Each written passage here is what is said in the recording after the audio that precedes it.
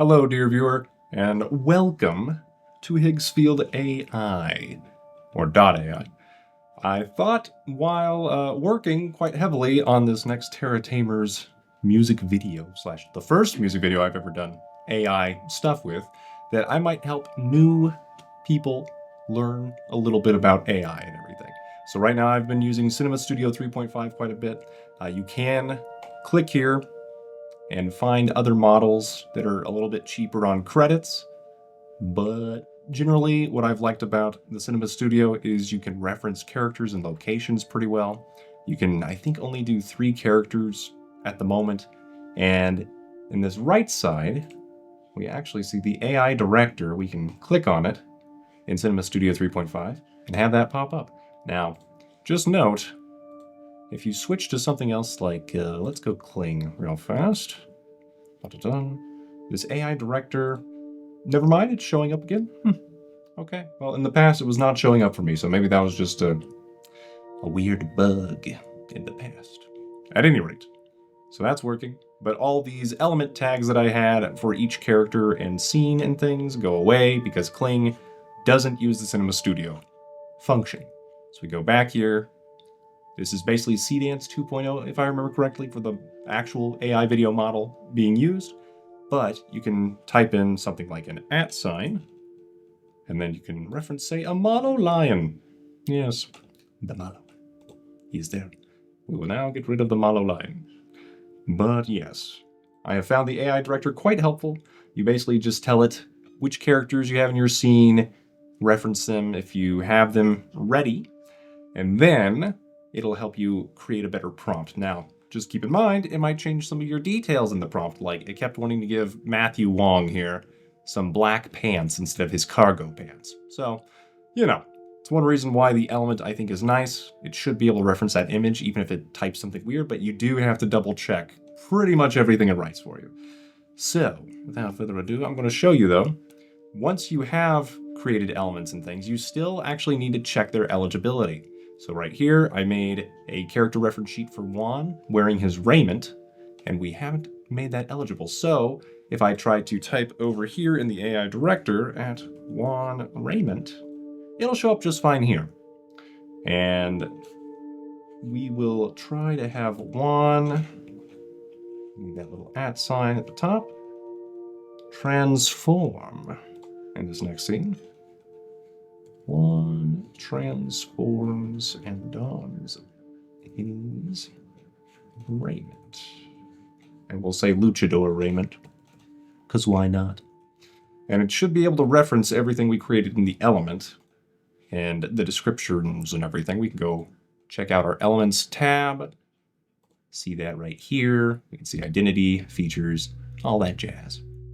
Go back to our project. That's very important. Make sure you click your project, because things you've created in your project, it will try to reference in the AI director for you. So yes, you want to make sure you have your project and everything selected when you're doing this. That does help. And everything I just did went away, and I am sad. Transforms into Juan Rayment.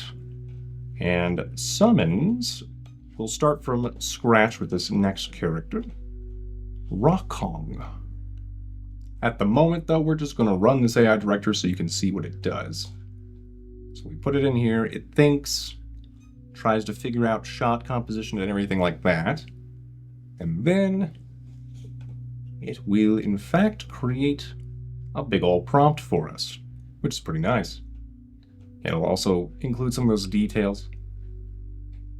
And Rockong is in the folder, so it's smart enough to know that. Real badge icons, and it is a creature. Yep. And it wants me to say more. Okay. So, we will, in fact, go to our elements, create a new element, and we'll upload an image. So one trick I've been using to save credits is just using ChatGPT with the free plan and being able to create character sheets and things with it. So what I'll do is have a render. I was able to use my original sketch, pump it into this thing, tell it to render it, and lo and behold, you get a pretty good Rockong. Yep. pretty happy with it. And then you can tell it this kind of prompt. Create a cinematic character sheet in the style of official design documentation, blah, blah, blah. And then it will make this glorious art, which is wonderful. And exactly what we need for Higgsfield AI. So we'll go back there, go in here, pop that in, make a character, and it gets mad. I'll choose category first this time. There we go. So yes, there are little things that aren't optimal in Higgsfield, but it does work. And we'll do that. Rockong Child. There we go. And then we can give it like an identity, features, etc., etc. So we'll say Rockong Gorilla Child. And if I wanted to, I could go back to ChatGPT, find like the 22-inch tall fantasy baby gorilla, glowing bioluminescent outline around its silhouette. Very important. So we'll do all of that. We'll then pop it back into Higgsfield. Okay, so we've got all that. I'm going to get rid of this professional photography style ending to the prompt because we don't need it. And that's basically all features anyway. So I don't think I need to change anything there. Maybe I just get rid of that. There we go. So all right, we'll just keep that. And as an example, here's what we've said for the lion in the past. You can have locations as elements, as I mentioned before. So this is an example for the theater that will be in the video. So yes, we'll go back to our generation. Okay, so we've got this. I wonder if I can just type in @Rockong. What will it say? Is it smart enough? Because it does remember things you've said previously in your prompts. So I kept trying to like give Matt Juan's cross necklace. So that was kind of funny. Let's see, Rockong Child confirmed. The badge summon. Yep. Okay. So it also warns us some of the things the engine may have issues with, which is also very nice. Still thinking though. So hopefully this will go well. That is the hope. Fingers crossed. All right. So yes, we get that. Wonderful. And then it tells us a little bit more information after the whole prompt has been written and everything. The prompt is in this section. If we just click apply changes, it'll take anything that was in here and just overwrite it. So know that. Now that said, it's keeping the previous start frame, which I don't actually want for this section. Let's see.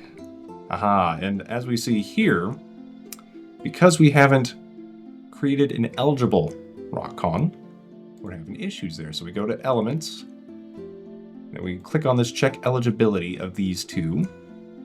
So as we saw, we have this really weird, character reference tag. And then that should update as our eligibility gets checked on those images. And I can appreciate them trying to, make sure there's no NSFW stuff and all that. And so on and so forth. So it's doing that. It's trying to make sure there's nobody that looks too much like a real person, I think, as well.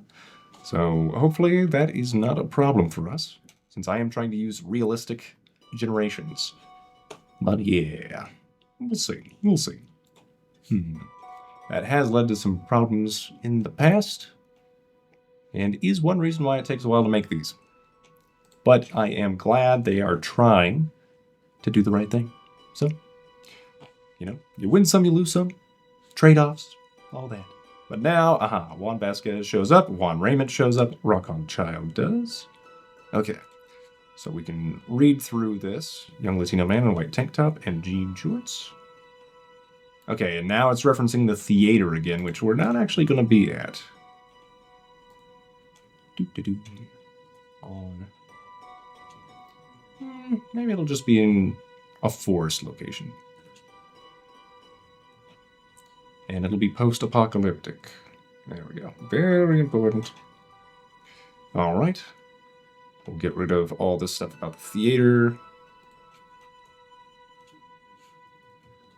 Okay, his body ignites with a neon green bioluminescent outline.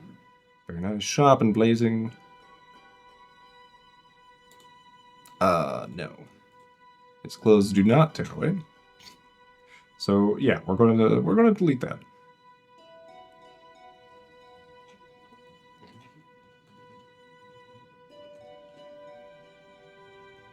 Okay, the new outfit will be manifesting, I guess is the best way to put it.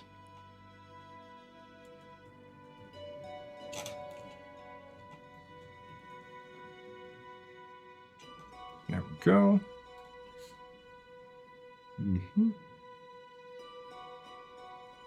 He is now Juan Rayment. Okay. Full luchador.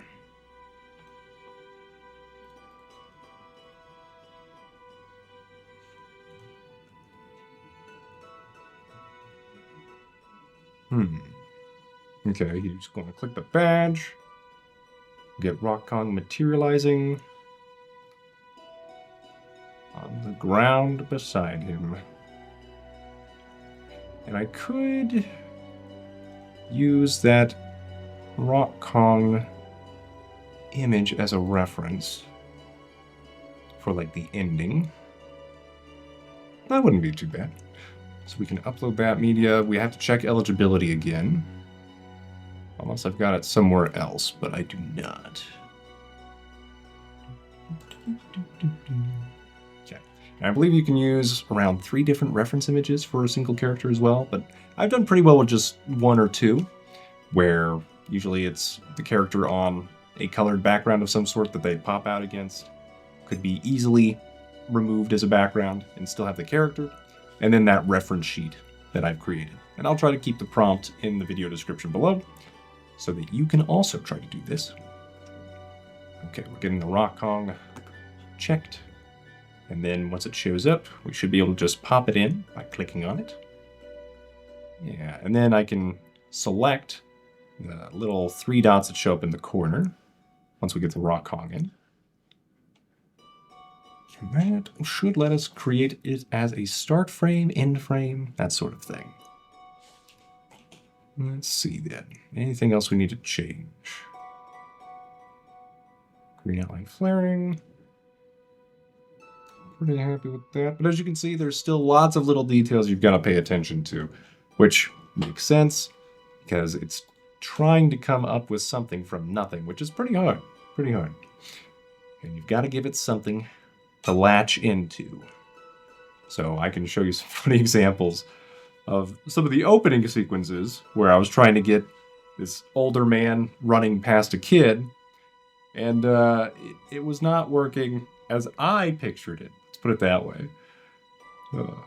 But it technically worked, which to the AI is all it's looking for, right? Is technical victory. So there we go. Let's check. It is in. We can click it. We can put that as an end frame. Okay, so this is pretty important. Also note, when you apply changes, it usually keeps the duration at the full amount. That's going to cost you a ton of credits, as is this high resolution. We're going to change that down to 720p, so we have the amount of credits spent. And then I'm going to make that like, I don't know. I've had pretty good results with 6 to 8 seconds in general. And then you can speed that up later or cut it and get the best parts that you want. That does mean it's going to be more credits. We could save 20 credits here by making it 4 seconds, but it probably wouldn't get all of these actions out.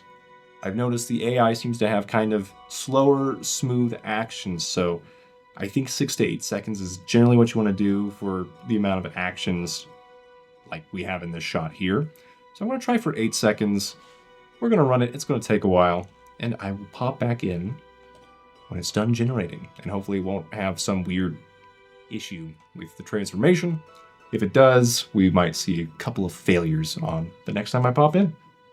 All right, looks like we're done. It shows up at the top left here, and it took about, I'd say, 5 to 10 minutes. Here we go. Okay.